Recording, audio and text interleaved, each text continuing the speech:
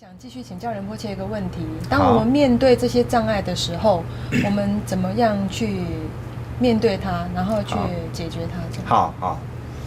好，当然就是我们作为一个修行者，在任何时间都是需要一个很冷静的心。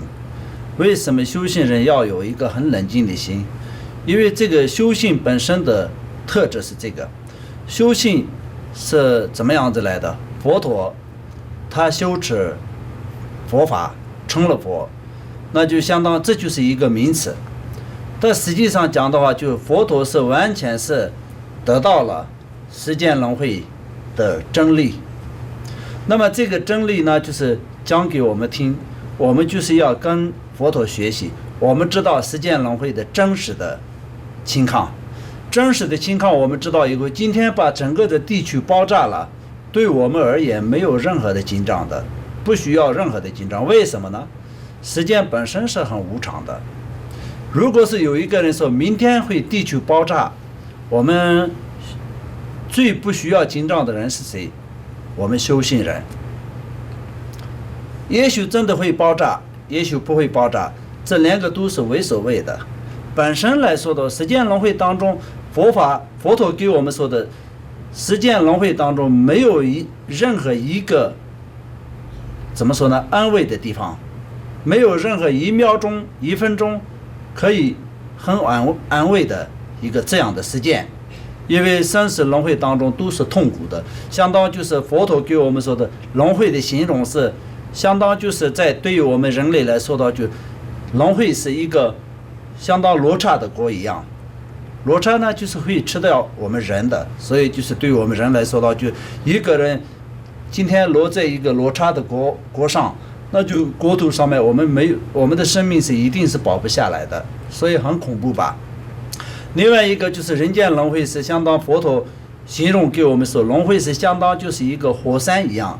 那我们现在如果是今天正在爆发的一个火山当中的话，我们的生命是保不下来的。所以本身的形容就是这个样子的，所以我们就并不需要紧张说今天出现了一点点障碍就是很紧张，或者是听说会有一个障碍我们也是很紧张，那样的话那就跟一般的一个人没有学佛的人是没有什么差别啊。学佛的人的他的特点是什么？越有障碍或者是越要面对生死轮回的时候越要冷静。这个冷静是并不是你的担子很大，你是一个英雄，所以你可以做得到，并不是这样。你的学问很高，你是博士，你是硕士，所以你会做得到，也并不是这样的。因为你知道时间轮回的真理，生死无常的真理，所以知道时间的一切的无常跟一切的幻觉，所以你就更能够想得通这本来就是这个样子。像比如说一个修行人听到2012年有世界末日，他并不会紧张的，他也并不会往这个方面去想，只有利用3分钟的时间去想都不会去想的。他不会利用1分钟的时间也去世界末日真的会有吗？或者没有，根本就不会。那就是今天如果是一般的人，那什么样子的人都是会对这个方面他一定会至少就是利用几分钟的时间或者更长的时间去会想会不会真的有啊？如果真的有的话，那怎么办？会去这样去想，因为这个是什么？他没有修行，他没有修行的情况下，他不知道时间轮回的真相是什么样子。修行人为什么不会考虑这些呢？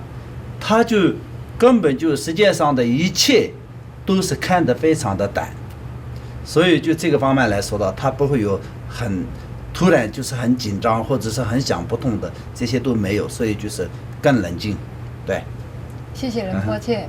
我们很谢谢仁波切为我们在障碍这方面的开示谢谢。好，谢谢大家。